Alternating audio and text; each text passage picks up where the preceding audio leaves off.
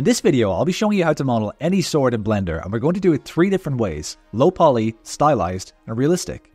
If you're watching this video when it first goes live, it's currently Swordtember. For the month of September, artists draw or model swords every day, and usually these follow some kind of prompt list, so if you want, feel free to participate with some 3D swords after you watch the video. To start off, let's just analyze the sword to get a feel for what we'll need to do. Every sword is different and they'll all require slightly different workflows to get to the end result. I'm not just going to show you step by step how to make this specific sword, but how to analyze any sword or weapon and break it down into smaller pieces. So this sword is pretty detailed. There are a lot of fine details on the handle as well as the guard, and the blade is broken up into multiple pieces and there are cracks all along it. However, these details don't affect the silhouette of the model. If we look at the handle, we can see all of the swirling details, but you can see some clearly defined shapes that are wrapped around the handle. To make it easier to visualize, let's remove all of the details that don't affect the overall shape. Now this sword definitely looks a lot simpler, and this is what we want to model. We can clearly see all of the forms and how they flow, and the details aren't getting in the way. When you're looking at your concept, you need to be able to break down the model into its most basic forms and remove the details. You can draw it like I've done here to give yourself a guide, or just mentally keep track of what parts are details so you can leave them for later. These details will be created with either a texture or sculpting, but first of all we need to get the basic sword finished. Now that we've broken the sword down, let's model the low poly version. To start off, let's drag in our sword reference image. You can just drag an image directly into Blender and it will create a reference image for you. We can reduce the opacity of the image on the right, and this will just make it easier to model. You can manipulate this image like any other Blender object, so we can rotate it so that it aligns with the Z-axis. We're going to start with the handle, and to do that we can add a cylinder. In the bottom left of the window, we can change the number of vertices from 32 to somewhere around 4, 5, or 6. I like using 6 as that gives us a symmetrical shape to work with, but it keeps the low poly look. Now all we have to do is scale down this cylinder to match the reference. The bottom of the handle will be created with the torus, and again we can reduce the number of vertices to give this the low poly look. For this I went with 8 major segments and 4 minor segments. Keep in mind that most sword handles are not perfect cylinders, they're usually skinnier on the y-axis, so later on as you model the rest of the sword, some parts might look too thick, so scale them down on the y-axis and they'll look more natural. The center portion of the guard can just be a cube that we extrude to match the shape. We can now add another 6-sided cylinder and extrude this to create the rods, and you can extrude and scale it to match the shape. You only need to do one side and just use the mirror modifier to give you the other side. We can also add an icosphere, and this will act as the gem on the guard, but this time in the bottom left, turn down the subdivisions to 1, this will give us a very basic gem shape. Then using proportional editing, we can adjust the shape of this to match the reference. If you want to create your own custom gems, I'll show you a very easy way of doing it. Add whatever object you want to become your gem, so it could be a cylinder, a sphere, or even Suzanne. Then we can add a subdivision modifier, but set it to simple instead of Catmull Clark. This will just subdivide the model, but not smooth it out. Turn this level way up to around 4 or 5, we need lots of detail for this to work. Apply the subdivision modifier, and then in sculpt mode, if we select the scrape brush, make it quite big, and we can go around the model scraping off all of the edges to give us the facets of the gem. The bigger you make your brush, the better this effect will work. Once you're happy with the shape, we can then reduce the poly count with the decimate modifier. The decimate modifier reduces the number of edges but tries to keep the overall shape, so if we turn this way down to something very small like 0.0002 or 3, you should have a nice custom gem shape, but play around with this value until you get something you like. It might take a few seconds depending on your PC, but if you give it time it should work. Then you can apply the modifier and your gem is finished. To create the floating shards around the blade, we can very easily create a diamond shape by adding in a cube, and in edit mode, extrude the top face and scale it down to 0, and then drag down the bottom face and scale it down a small bit. Now if we rotate this cube 45 degrees on the Z-axis, we have our diamond shape. To make this shape skinnier, we can press S Shift Z, and this will scale it on the X and Y axis, but not on the Z axis, so it will keep its height but get skinnier. Now you can duplicate these shards with Shift D and modify them to match the shape. To make the blade, we can start off with a plane and adjust the shape so that it matches the center portion of the sword. You can add a loop cut in the center and delete one side. Now we can add our mirror modifier for the X and Y axis. All we have to do is extrude the edges of this plane to match the reference, and this will give us the basic shape of the sword. Then we can move the center portion out on the Y axis, and this will give us the sharp edges of the sword. Now we can break the blade into a few different pieces to match the original reference image. If we select the reference image on the right hand side, we can change the image back to the original image. Now we can see where our cuts need to be. So let's drag the tip of the sword up to match the reference again. You'll need to apply the mirror modifier, but only apply it for the x-axis because we want the backside to be mirrored. We're going to cut the sword using the knife tool, and all we need to do is draw our cut lines following the reference. With all of the cuts made, we can then just delete these faces in edit mode, and we have our cuts. Now we can just select all of the edges surrounding the cuts and extrude them back on the y-axis, and with the mirror modifier applied, they should meet in the middle. Low poly models generally don't have textures, so you don't even have to unwrap this. You can just give each piece its own material, and the low poly sword is finished. Now let's move on to the stylized version of the same sword. The stylized sword is going to follow pretty much all of the same steps as the low poly version, but we're just going to make everything a bit smoother by using a subdivision workflow. Let's start with the handle again. This handle is a little bit strange in the way that it's wrapped around, so we'll have to manually cut the shapes using the knife tool. To give us a guide, we can use the annotation tool and simply draw on the model to follow the shapes. Then we just have to figure out how to connect them on the backside. With that done, we can then cut the different shapes with the knife tool. As I said at the beginning, every sword is different, and this is just the way that this handle had to be made. With the shapes cut out, I can then inset each section with I and then inflate them with Alt-S so that we get the creases we want. This shape is a little bit too low poly, so we can add the subdivision modifier, but this smooths out everything, so we need to add some creases. I can go around the model selecting all of the low parts of the crease and press Shift-E and move the mouse until the line turns pink. Pink edges tell Blender that these lines need to stay sharp. To make some more basic handles, you could easily just create your basic cylinder, then add some loop cuts to it. Then with the loops selected, you can press Ctrl-B to bevel them and use the scroll wheel until you have 3 loops. Then if we press Ctrl-, it will reduce the selection, leaving you with only the middle one. From here, you can press Alt-S and either move it outwards or inwards depending on your design. And then if you wanted to have a more traditional grip, you can use the screw modifier. Let's add a plane, and the most important thing is to move it away from the center in edit mode. The screw modifier uses the origin point to rotate around, so the shape needs to be off-center. Still in edit mode, let's rotate the plane 90 degrees on the x-axis, and then just delete the outer edge because we don't need it. Now we can add the screw modifier. Your plane should now turn into a cylinder, but if we increase the screw amount to 2 meters, it will create a twisting shape for us. 2 meters works because the default plane object is 2 meters, so this value might need to change depending on your model. Now we can turn the iterations up to give us as many loops as we want. The great thing about the screw modifier is that we're still only dealing with 2 vertices, so if we go back into edit mode, we can add some edge loops, and if we move them, we can see the edges move around the entire handle. Then if we move these middle 2 vertices out slightly, it will give our handle some thickness. You can play around with this handle shape as much as you like, and because we're only working with a single line of vertices, it's very easy to play with. It's a little bit of setup to get it working, but it's by far the easiest way to create a grip like this. The guard follows pretty much the same basic setup as the low poly version. The only difference is that we're adding the subdivision modifier and creasing all of the edges to keep them sharp. As I said earlier, most sword handles are skinnier on the y-axis, so you'll see here that the guard is looking a little bit too chunky, but if we scale things down on the y-axis, they start looking a lot more natural. The blade of the sword also follows the exact same steps as the low poly version, the only difference is that we're subdividing and creasing to smooth everything out. I also bevel some of the creases along the blade to create the 2 lines that we can see on the reference image. Later on we'll be using the grease pencil to draw outlines, so having these edges will make the model look a lot nicer. To create nice crisp edges on your model but keep things smooth, we can add a modifier to the object, and this is the Smooth by Angle modifier, which is under the Normals section. This is new to Blender 4.0.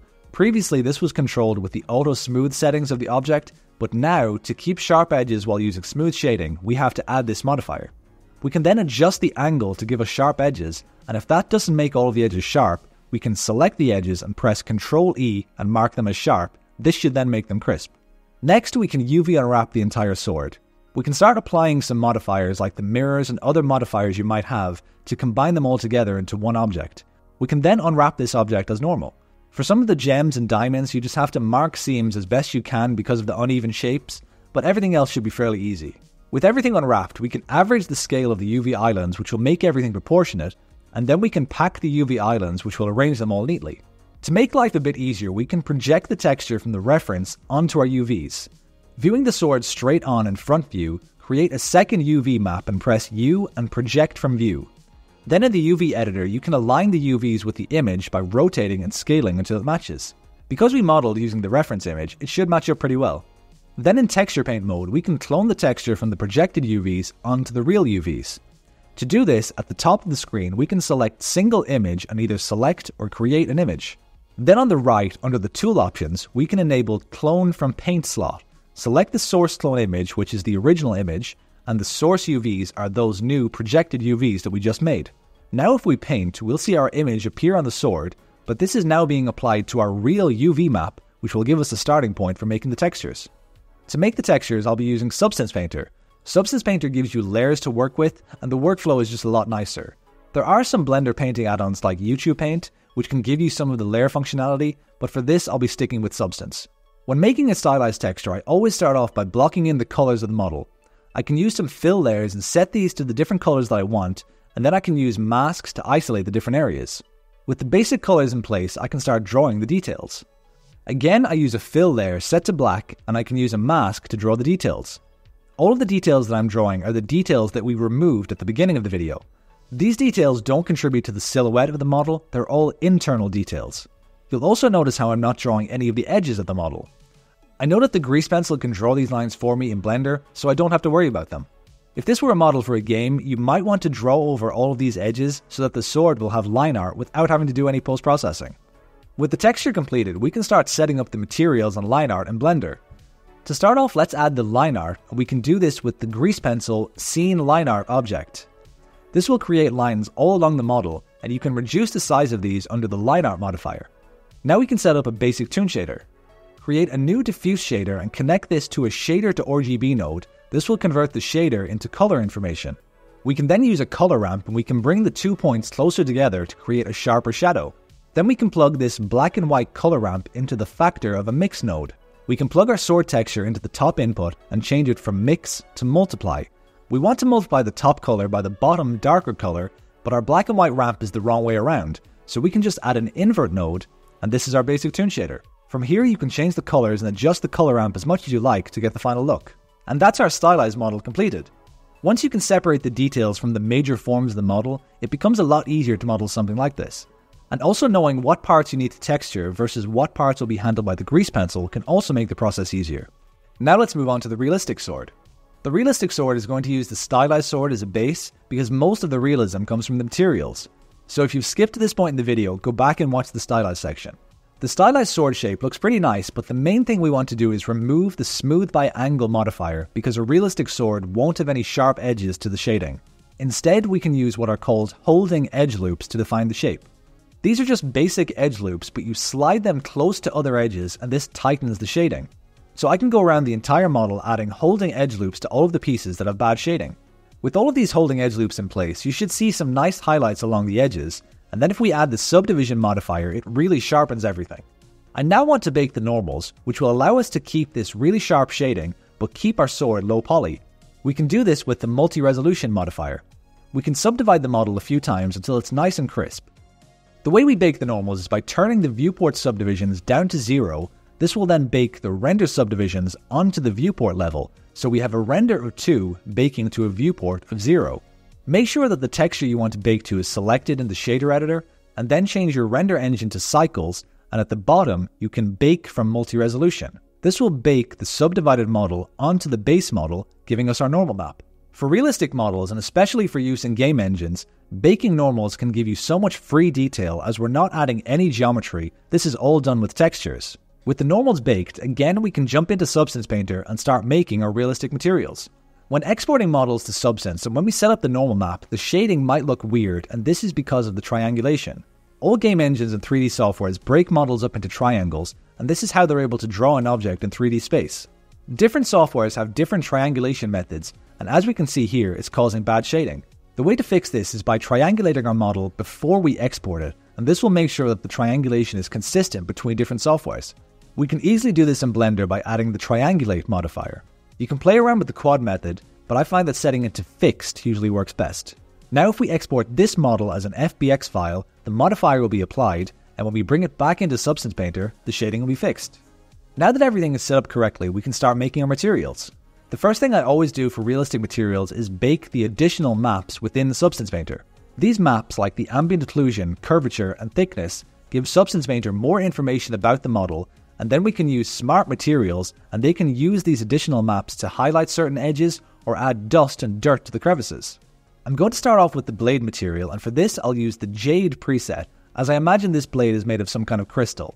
All we need to do here is change the color of the jade and go through the different textures, changing colors and deleting them if we need to. Then we can work on the metal materials, and Substance has a lot of these to choose from. I use the steel materials for both the light and dark parts of the handle, and like the stylized versions, just use masks to isolate the different parts. I imagine the handle is made out of some kind of leather, so I use the leather stylized preset, and this uses the curvature map to add nice highlights along the edges. To add the details along the handle, we can use the stylized texture that we painted earlier.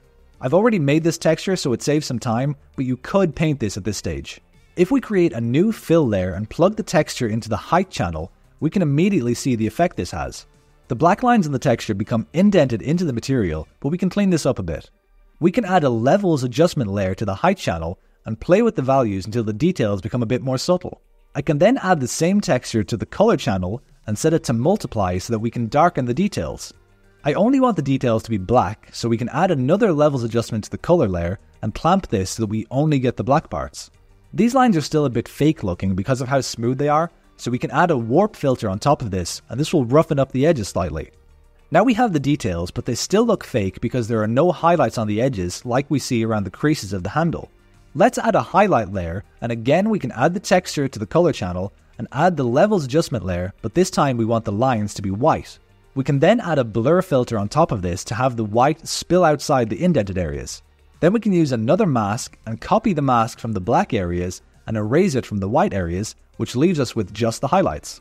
I'm sure this all sounds like nonsense if you've never done something like this before, but using filters, adjustment layers and masks is crucial for making realistic materials, and it can give you so much control over them. With the materials finished, we can then import them into Blender and plug them directly into the Principled shader, but make sure to change the metallic, roughness and normal map to non-color data. These maps don't contain any color information, so we need to tell Blender to not treat them as color textures, and this will make the materials more realistic. And there we have it, the same sword modeled 3 completely different ways. Most swords follow the same structure. They have a handle, guard, and blade, but the designs will dictate how you make them. The most important thing is to be able to break down the sword into its most basic shapes and to also visualize how it will flow in 3D space. And once you have that figured out, then you should be able to model any sword. Anyway, I hope you enjoyed the video, and thanks for watching.